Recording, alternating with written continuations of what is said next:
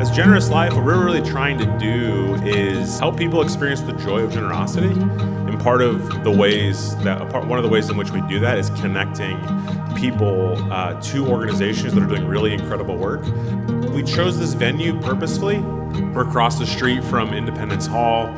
You could argue that this is really one of the birthplaces of freedom in America. And so what we're talking about tonight really is freedom. There's a lot of things you four could be doing with your time. There's a lot of businesses you could be a part of and different avenues that you could pursue with your lives, and yet you chose to combat human trafficking. So I guess the question is, why this? What drew you to it? And what's the why that keeps getting you out of bed each morning? I think the why of why I still do it is just the women and boys and men and children that we work with who are survivors, and just thinking about like the impact that we have, and that, you know, child that we're sitting in court with, that woman that we're on Kensington Ave with, and then just working along just an amazing team of individuals who really care about making an impact in our city. A big part of my why is that this is one of the most egregious assaults on the image of God that we know and that we see in our daily life happening all around us, not only in the United States, but all around the world, that the vulnerable ultimately being taken advantage of simply because they are that, predominantly vulnerable. It really ties back to this idea of value. You know, why do this work? Well, the value more specifically tied to individuals and people. And for me, being brought up in a home full of faith, this idea and understanding that we all have an intrinsic value equal to each other. Everyone is deserving of dignity and respect.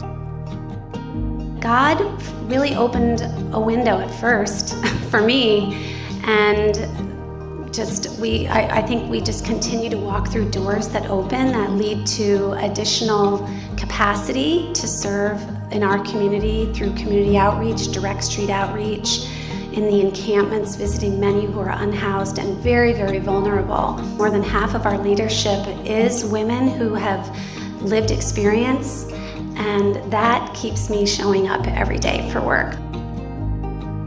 One of the places we visited in Cambodia was an IJM field location where they were going to be having a sting that night and rescuing some women and children out of a trafficking operation. And so we're meeting with them in the morning and praying with them. And I was like, wow, the world's a really messed up place. I'm really glad I live in a place where this doesn't happen.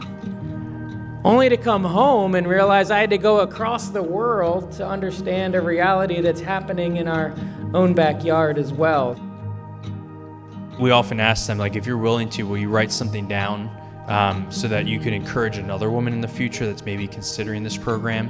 One of the women wrote, she said simply 3 things. She says, I feel safe, I feel loved, I feel heard. And as a survivor of trafficking, when you've been told that you have no value, that you're worthless, that you need to shut up and do what I'm saying, to finally say that I feel heard is profound. And so that's why we do this work, is so that their voice can be heard, that they can be amplified, and that this work needs to happen because they're saying it and we need to listen. I've had people, when they find out what I do every day, that they say, oh my goodness, that work is so hard. And while it may be challenging, I would just say it is some of the most meaningful, amazing. I always say that the women that I've worked with, the men that we've come alongside, they are our best teachers. We create the runway and our survivors are the pilots.